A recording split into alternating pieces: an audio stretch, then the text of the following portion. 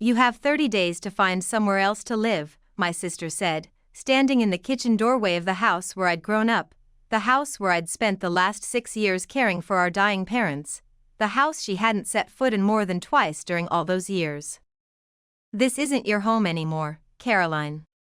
It never really was. My name is Caroline. I'm 34 years old, a former landscape architect and the owner, or I had been the owner, before everything fell apart, of a small landscape design firm I'd built from nothing in my 20s. I was standing at the kitchen counter of my parents' house in Millbrook, Vermont, 11 days after their funeral, holding a mug of coffee that had gone cold in my hands, listening to my older sister Marissa tell me I no longer belonged in the only home I had left. I want to explain how I got here, because the day Marissa said those words wasn't really the beginning of anything. It was the culmination of 6 years I'd spent rebuilding my entire life around caring for two people who were slowly dying, while my sister built a different kind of life entirely, one with marble countertops and a husband in finance and 2 children who barely knew their grandparents, because visiting required an effort Marissa had simply decided, somewhere along the way, wasn't hers to make. 6 years earlier, I'd been driving home from a job site outside Burlington when another car ran a red light and hit my driver's side door at nearly 50 miles an hour. I spent 4 months recovering from a shattered hip and a traumatic brain injury that left me with lingering balance issues and a slight, permanent limp I still carry today. My landscape design firm, the business I'd poured my 20s into, couldn't survive my absence. I lost most of my clients within that first year, and by the time I was physically capable of working again, I had nothing left to return to. My parents, Walter and Joan, took me in without hesitation. I moved back into my childhood bedroom at 28 years old, physically broken and emotionally hollowed out, and somewhere in those early months of recovery, my father's heart condition worsened dramatically, followed 2 years later by my mother's diagnosis of early-onset dementia. What started as me needing my parents' care became, gradually and then completely, me becoming their full-time caregiver instead. I didn't resent that shift. I want to be honest about that, even now, even after everything. I loved my parents. I believed, with a conviction I never fully questioned, that caring for them the way they'd once cared for me was simply what a good daughter did. What I didn't understand, what I was only beginning to understand, standing in that kitchen with my sister's ultimatum hanging in the air between us, was that 6 years of devoted caregiving had apparently counted for nothing in Marissa's eyes, and that she was prepared to erase me from the only family story I had left. My parents died together, 3 weeks before that kitchen conversation, in a small plane crash during a rare trip they'd taken to visit old friends in Maine, a trip I'd actually encouraged them to take, insisting they deserved a few days of normalcy after years of declining health, never imagining it would be the last time I'd speak to either of them. The grief of losing them both simultaneously was its own particular devastation, one I hadn't even begun to process by the time Marissa arrived for the funeral, swept in with the practiced efficiency of someone managing a business deal rather than burying her parents. She handled logistics, caterers, flower arrangements, the obituary's wording, with an energy that struck me, even through my own fog of grief, as oddly disconnected from actual mourning. I told myself this was simply how Marissa processed difficult emotions, through control, through action, through managing the visible details rather than sitting with the pain underneath them. I'd told myself some version of that story about my sister for most of my adult life.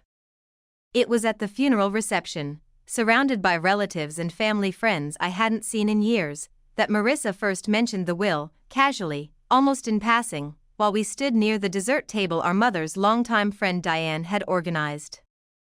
I already spoke with the lawyer, Marissa said, not quite meeting my eyes. Everything's straightforward. We'll get it sorted out soon. I nodded, grateful, in that moment, to have one less thing to manage during a week that already felt unbearably heavy. I didn't ask which lawyer. I didn't ask what straightforward meant. I simply absorbed her statement the way I'd absorbed most of Marissa's pronouncements throughout my life, as information I had no particular reason to question. I would understand, only days later, exactly how costly that assumption had been. In the days immediately following the funeral, I continued living in my parents' house, the only home I had, given that my own apartment had been given up years earlier when caregiving responsibilities made commuting impossible. I moved through those early days of grief in a kind of muted fog, managing the practical aftermath of 2 deaths simultaneously while trying to process a loss too large to fully comprehend. Marissa stayed for most of that first week, ostensibly to help, though I noticed, even through my grief, that her version of helping looked considerably different from mine. She spent hours on the phone in the den with the door closed, conversations I assumed were related to funeral logistics or her own family back in Connecticut. She made several trips into town that she described vaguely as errands without further explanation. I didn't ask for details. I told myself Marissa was processing grief in her own way, that I had no right to scrutinize how she chose to spend her time during such a difficult week, especially given how rarely she'd been physically present during the previous 6 years of our parents' decline. There was a moment, about 4 days after the funeral, when I walked past the den and caught a fragment of Marissa's phone conversation through the partially closed door, her voice, brisk and certain, saying something like, "No, I told you. The house is basically mine once the paperwork clears. Caroline doesn't even know what's actually in there." I stood frozen in the hallway for a moment, processing what I'd heard, before Marissa noticed the door wasn't fully closed and pushed it shut completely. I told myself I'd misheard, or misunderstood context I wasn't privy to. I didn't ask Marissa directly what she'd meant. Some part of me, even then, understood that questioning my sister directly required a kind of confidence I'd never quite developed where she was concerned, a lifelong pattern of accepting her version of events rather than asserting my own observations. That pattern, I understand now, was the single blind spot that allowed everything that followed to unfold as completely as it did. To understand why I deferred so completely to Marissa, even in moments when my own instincts told me something was wrong, you need to understand the shape our family had taken across more than 3 decades. Marissa was, in every visible way, the success story of our family. Beautiful, accomplished, married to Todd, an investment banker, with 2 children, Emma and Jack, who attended an expensive private school in Connecticut. My parents had always spoken about Marissa's life with a particular pride: the house in Greenwich, the country club membership, the vacations to places I'd only seen in photographs. I had been, by comparison, the daughter who needed help. My landscape design business, however hard I'd worked to build it, never achieved anything close to Marissa's husband's income. My accident and subsequent dependence on our parents only reinforced, in ways I absorbed without fully examining, the family narrative that had always positioned me as somehow less capable, less impressive, less worthy of being taken seriously. I'd internalized that narrative so completely that I rarely questioned it, even when my own daily reality, providing constant, exhausting care for 2 declining parents while Marissa visited perhaps twice a year, staying only briefly each time, directly contradicted the family's preferred story about which daughter actually mattered more. There was a Christmas, about 3 years into my caregiving role, when Marissa visited for exactly 2 days, spent most of that time on her phone managing what she described as urgent work matters, and left after barely acknowledging the visible decline in our mother's cognitive function that I navigated every single day. I remember standing in the kitchen after she'd left, feeling a flicker of something close to anger, before immediately suppressing it with the familiar reassurance that Marissa was simply busier than I was, that her contributions to the family looked different than mine but weren't necessarily less valuable. I told myself that story for years. I'm still working to fully understand why it took so long to recognize how much it had cost me.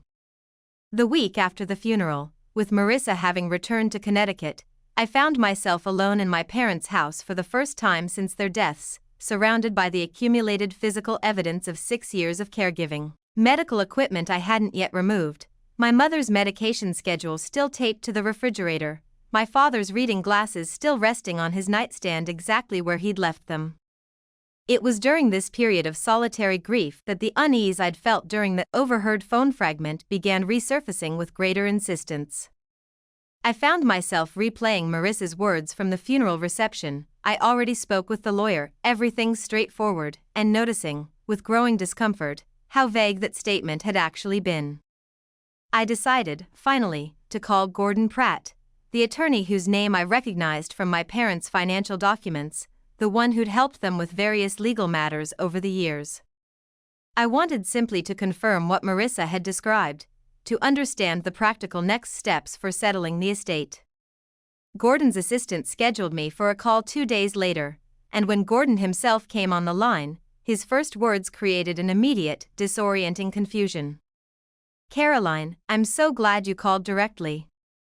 I have to admit, I was a bit puzzled. Your sister mentioned she'd be handling all communication going forward, but given that you're named extensively throughout the will, I felt it was important you and I spoke as well." I felt something cold move through my chest. Named extensively? Marissa told me everything was straightforward, that she'd already spoken with you about how things would be divided. There was a brief, telling pause on Gordon's end. "I haven't actually spoken with your sister about the contents of the will, Caroline. I spoke with her briefly about funeral logistics, nothing more. The will itself, your parents updated it substantially about 18 months ago. I'd be happy to schedule a formal reading whenever you're ready, but I want to be clear, nothing has been decided or finalized outside of what your parents specifically documented." I sat in my parents' kitchen, the phone pressed against my ear, feeling the floor of my understanding shift beneath me. Marissa had told me, directly, that she'd already discussed the will's contents with the family attorney. That claim, I now understood with growing alarm, had been entirely false. I didn't confront Marissa immediately. I want to be honest about why, some part of me, even with this clear evidence of dishonesty, still hesitated to challenge my sister directly, still operated from decades of deference that didn't dissolve simply because I'd caught her in an obvious lie. I told myself I needed to understand more before raising this with her, that perhaps there had been some miscommunication, some innocent explanation for the discrepancy between what she'd told me and what Gordon had described. That hesitation would cost me valuable time, though not, I would later understand, nearly as much as it might have, because Gordon Pratt, recognizing something troubling in our conversation, had already begun moving more carefully and deliberately than I yet understood. The following week, Marissa called, her voice carrying a new urgency I hadn't heard from her since the funeral. "I need you to start thinking seriously about your living situation, Caroline. I need you to start thinking seriously about your living situation, Caroline," Marissa said, her voice carrying that brisk, managerial tone she used when she wanted a conversation to feel already decided. "The house needs to go on the market soon, and realistically, you should probably start looking at apartments. I know this is hard, but we can't just let things sit indefinitely." I stood in the kitchen, my hand tightening around the phone. "Marissa, I spoke with Gordon Pratt. He said he hasn't actually discussed the will's contents with you. You told me at the funeral that everything was already worked out." There was a pause, not long, but long enough that I registered it. "I don't know what you think you heard, but I obviously have a general sense of how these things go, Caroline. Mom and Dad's estate isn't complicated. House, some savings, that's basically it. I'm trying to help you here, not fight with you." "Then why would you tell me you'd already spoken with him?" "I'm not doing this over the phone," she snapped, and I heard, underneath the irritation, something else, something quicker, more defensive than the moment seemed to warrant. "I'll come up this weekend. We'll figure out logistics then." She hung up before I could respond further. I stood in that kitchen for a long moment afterward, the dial tone humming faintly against my ear, and felt something shift inside me that I didn't yet have words for, not quite suspicion, not yet, but the first small crack in a lifetime of assuming my sister's version of events was simply the truth. I didn't sleep well that night. I lay awake in my childhood bedroom, staring at the ceiling, running through years of small moments I'd never examined closely, Marissa's brief visits, her vague phone calls during the funeral week, the ease with which she'd always assumed authority over family decisions regardless of who'd actually been present to earn it. I told myself, even then, that I was probably overreacting. That grief made people behave strangely, myself included, and that Marissa's urgency about the house might simply reflect her own practical, no-nonsense way of processing loss rather than anything more troubling. I wanted, desperately, to believe that. Some part of me clung to it for several more days, even as the evidence accumulating around me made that belief increasingly difficult to sustain. Marissa arrived that Saturday with a folder of documents she described as just some paperwork to get us started, and the moment I saw the stack of papers spread across our parents' dining table, something in my professional instincts, the same instincts that had once helped me read complicated client contracts and zoning regulations, recognized that these weren't formal estate documents at all, but a set of generic real estate forms downloaded from some online template service. "This is a standard quitclaim deed," Marissa said, sliding one of the pages toward me. "If you sign this, it simplifies things considerably. Otherwise, we're looking at months of legal back and forth that neither of us has time for." I stared at the document, my hands cold despite the warm kitchen. "Marissa, I'm not signing anything until we've had the actual will reading with Gordon. You said you'd already spoken with him about everything." Her jaw tightened, a small, almost imperceptible movement I might have missed if I hadn't been watching her so closely. "I'm trying to make this easier for both of us. Why does everything have to be a fight with you?" "It's not a fight. It's me asking basic questions about our parents' estate." "You've never had to think about this kind of thing," she said, her voice rising slightly, taking on an edge I recognized from childhood arguments she'd always won through sheer persistence. "I'm the one who actually understands finances, Caroline. I'm the one with an MBA. You've been, I don't know, gardening, or whatever you call it, while Todd and I have built an actual career. Let me handle this." I felt something tighten in my chest, not quite anger yet, but a clarity I hadn't expected. "I've spent 6 years caring for Mom and Dad full-time, Marissa. That's not nothing." "Nobody asked you to do that," she said, and the words landed with a precision that suggested she'd been holding them ready for a while. "You moved in because you had nowhere else to go after your accident, and then you just stayed. That's not some noble sacrifice. That's just what happened." I didn't respond immediately. I felt the floor of my understanding shifting again, more dramatically this time, as I registered exactly how completely Marissa had reframed 6 years of my life. Years of medication schedules and doctor's appointments and sleepless nights monitoring our father's declining heart, into something incidental, something that had simply happened to me rather than something I'd actively chosen and sacrificed enormously to provide. I want to be honest about something here, because it matters to the rest of this story. I almost signed that quitclaim deed that afternoon.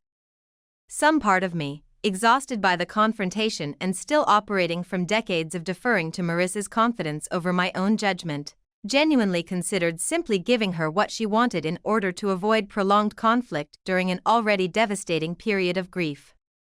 What stopped me was a single, small detail. The document Marissa had brought listed the property's legal description incorrectly, an error any careful reading would have caught, but one that confirmed, with a kind of clarifying finality, that whatever Marissa was attempting, it wasn't grounded in actual legal preparation. It was improvisation, dressed up as authority. "I'm not signing this," I said, sliding the papers back across the table. "I'm waiting for the actual will reading." Marissa's expression shifted then, into something colder than I'd seen from her before. "Fine. But you have 30 days to find somewhere else to live, Caroline. This isn't your home anymore. It never really was." I sat frozen at that table, the words landing with a weight that seemed to physically press against my chest, watching my sister gather her folder of fraudulent paperwork and walk out of the house without another word. I didn't know it then, but Marissa had been carrying considerably more pressure into that conversation than her composed, managerial tone had let on. She told me, much later, what had actually been happening in her own life during those weeks. Todd and I were drowning in debt neither of us had told anyone about, overextended on the house, the kids' school tuition, a business venture of his that had collapsed quietly the year before. I'd convinced myself that the inheritance would solve everything, that it was simply owed to me by virtue of being the older daughter, the more successful one, the one who'd built the kind of life our parents had always seemed proudest of. When I told you I'd spoken to the lawyer, I'd actually just looked up generic legal forms online the night before, telling myself I'd sort out the real paperwork later, that the urgency of the situation justified cutting a few corners. Every time you pushed back, I felt something close to panic, because some part of me already knew I didn't have the legal ground I was pretending to have. I told myself I was simply the stronger sister taking charge of a complicated situation. I think now I was simply terrified of what it would mean about my own life if I admitted how badly I needed something that wasn't actually mine to claim. I didn't know any of that, standing alone in that kitchen after Marissa's departure. I knew only that my sister had just told me, with apparent certainty, that I had 30 days to leave the only home I had left. I called Diane that evening, our mother's closest friend of more than 40 years, who lived 2 streets over and had become, over the course of my caregiving years, something close to a second mother to me. I told her everything, the lie about the lawyer, the fraudulent paperwork, Marissa's ultimatum. Diane was quiet for a long moment after I finished. "Caroline, I need to tell you something your mother told me, about a year and a half ago, that I think you need to hear now. Your parents updated their will. I don't know all the details, but your mother specifically mentioned that they'd recorded something, a video message, she called it, to go along with the paperwork. She said it mattered to her that you understood certain things directly from them, not secondhand." I sat with that information, feeling something complicated move through my chest, not quite hope, not yet, but the first genuine crack of light through what had felt, moments earlier, like an entirely closing door. I called Gordon Pratt the next morning and asked him to schedule the formal will reading as soon as possible. The will reading took place 8 days later, in Gordon Pratt's modest office above a hardware store in downtown Millbrook, the same office where my parents had handled various legal matters for decades. Marissa arrived precisely on time, dressed with the same polished confidence she'd worn at the funeral, Todd beside her looking visibly uncomfortable in a way I hadn't fully registered before. Gordon greeted us both formally, gestured us toward chairs across from his desk, and opened a thick folder that I immediately recognized as containing considerably more paperwork than the simple quitclaim deed Marissa had presented at our parents' kitchen table. "Before I begin," Gordon said, "I want to note that your parents' will, updated 18 months ago, runs 32 pages. It's detailed, and in several places, unusually personal for an estate document. I'll be reading the relevant portions in full." Marissa shifted in her seat. 32 pages? For a house and some savings? That seems excessive. Gordon's expression remained carefully neutral. "Your parents had more assets than perhaps either of you fully understood, and they had very specific wishes about how those assets should be distributed, along with explanations for those wishes that they wanted documented clearly." He began reading. "The house, it turned out, was to go entirely to me, not split between us, not subject to sale and division, but specifically, explicitly bequeathed to the daughter who had, as the document stated directly, provided 6 years of devoted, sacrificial care during our final years, at the cost of her own career and personal life, and who deserves the security and stability that home represents." I felt something in my chest crack open, listening to those words read aloud in Gordon's measured voice, not triumph, not yet, but a grief so sudden and complete that I had to press my hand against my mouth to keep from making a sound. Marissa's composure, beside me, had begun visibly fraying. "This can't be right. This isn't what they would have wanted. Mom always said." "There's more," Gordon said quietly, and continued reading. "The remaining assets, savings, investments accumulated over decades, were placed into a structured trust, with specific, carefully worded provisions limiting Marissa's access to scheduled distributions over a period of years rather than a lump sum, with explicit language noting that this structure reflected our parents' concern about patterns of financial instability they'd observed in Marissa's household, patterns I hadn't been aware they'd noticed at all." "This is insane," Marissa said, her voice rising, the careful composure she'd maintained since arriving collapsing rapidly into something more raw. "You're telling me they cut me out of the house entirely and put my own money in some kind of restricted trust? Based on what?" Caroline's version of events. She's been poisoning them against me for years, feeding them some sob story about how hard she has it. Marissa, Gordon said, his voice firm but not unkind, your parents recorded a video message specifically addressing this will. I think it would be valuable for both of you to watch it before this conversation continues. He turned a laptop toward us, and within moments, our father's face filled the screen, visibly weaker than I remembered him before his final decline, but his voice steady, deliberate, clearly aware this would be among his final communications to his daughters. Marissa, Caroline, he began, if you're watching this, your mother and I are gone, and I imagine emotions are running high. We want to explain our decisions directly, in our own words, rather than leaving you to interpret a legal document without context. My mother's voice joined his, slightly unsteady but clear. Marissa, sweetheart, we love you. We always have. But we watched, over 6 years, as your sister gave up everything to care for us, while you visited twice and called occasionally when it was convenient. We don't say this to punish you. We say it because we want you to understand that love and presence aren't the same thing as inheritance, exactly, but they matter to how we wanted to provide for each of you going forward. My father continued. Caroline, you gave up your business, your independence, years of your life, without ever once asking for anything in return. We want you to have security now. The house is yours, free and clear, because you earned that security through years of sacrifice we watched happen, even when we couldn't always express how grateful we were in the moment.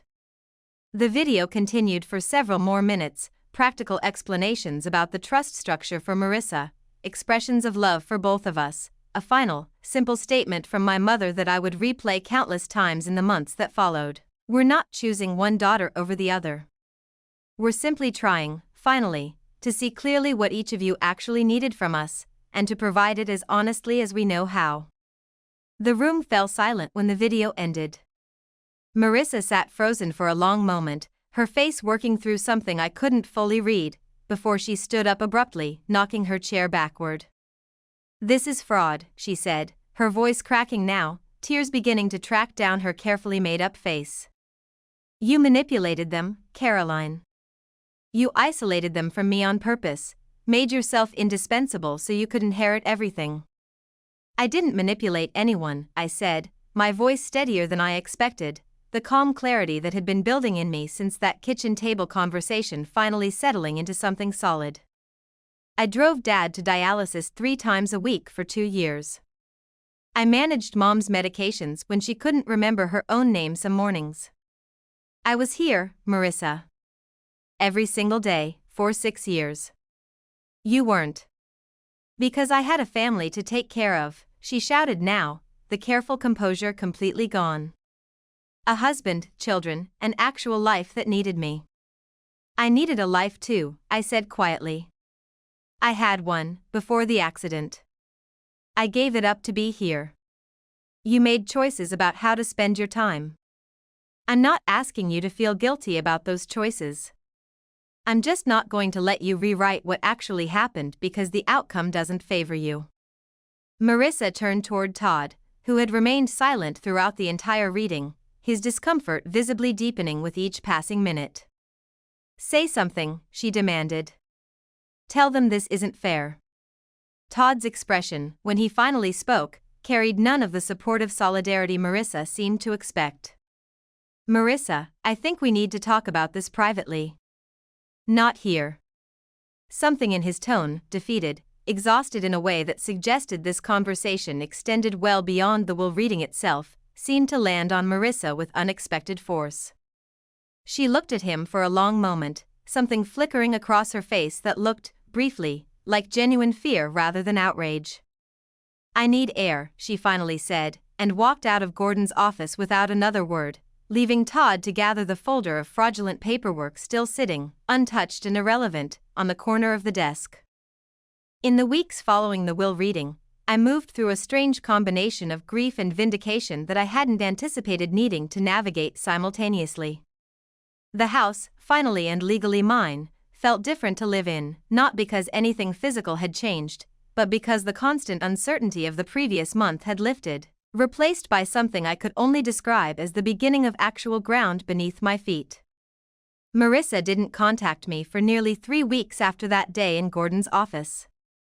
When she finally did, it was a brief, formal email requesting a meeting to discuss next steps regarding the trust distributions, language so clinical it felt almost like a stranger's correspondence rather than my sister's.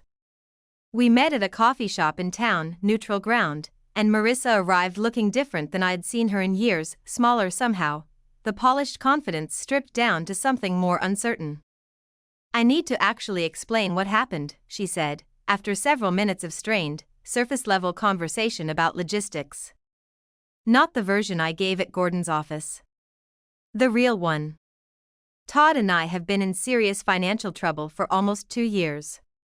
The house in Greenwich, the kids' school, a business he started that failed quietly without either of us telling anyone, were nearly $400,000 in debt that I never mentioned to you, or to Mom and Dad, because admitting it felt like admitting the entire life I'd built was actually a performance I couldn't sustain.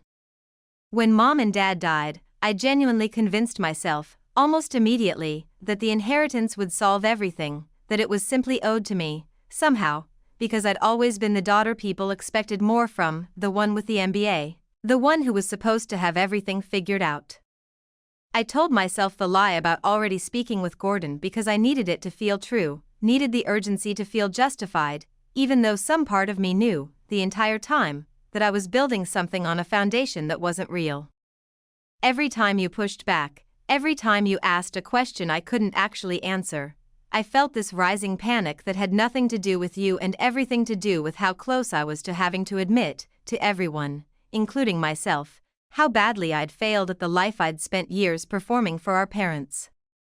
Telling you to leave the house, telling you it was never really yours, that wasn't really about the house, Caroline. It was about needing someone else to be wrong so I didn't have to face how wrong I'd already been about my own choices. I'm not asking you to forgive any of this quickly.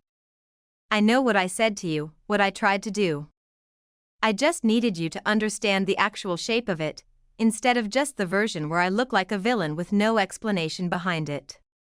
I sat across from my sister, the coffee shop's quiet hum filling the space between us, feeling something complicated settle in my chest, not quite forgiveness, not yet, but the beginning of seeing her as a fully human person navigating her own desperate fear, rather than simply the family's golden child whose cruelty I'd absorbed without ever fully understanding its source. "I believe you," I finally said. "I'm not going to pretend this fixes everything. But I appreciate you telling me the truth. I want to be honest about what came next, because the story doesn't resolve into simple reconciliation." I offered Marissa a personal loan, separate from the trust our parents had established, on the condition that she acknowledge publicly, to the rest of our extended family, what had actually happened, not for the sake of punishment, but because I understood, watching relatives like Aunt Carol quietly distance themselves from Marissa in the weeks following the will reading, that the silence around what she'd attempted was its own kind of ongoing harm to both of us.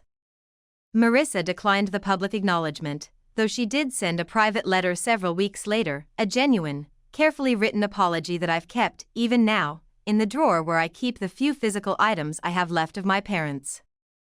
It wasn't everything I might have wanted.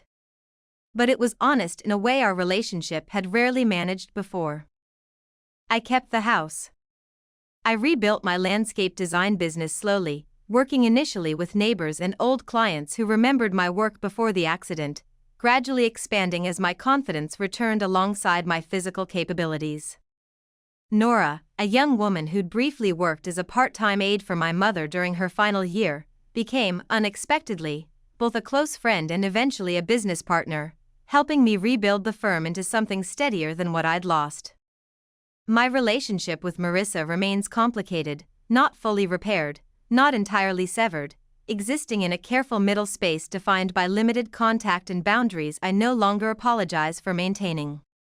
We speak occasionally, mostly regarding logistics related to the trust, conversations that feel different than anything we managed before that will reading, more honest, if not yet warm.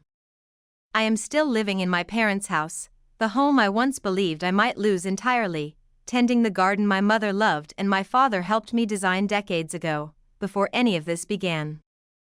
I am not the daughter who believed her own worth depended on Marissa's validation anymore.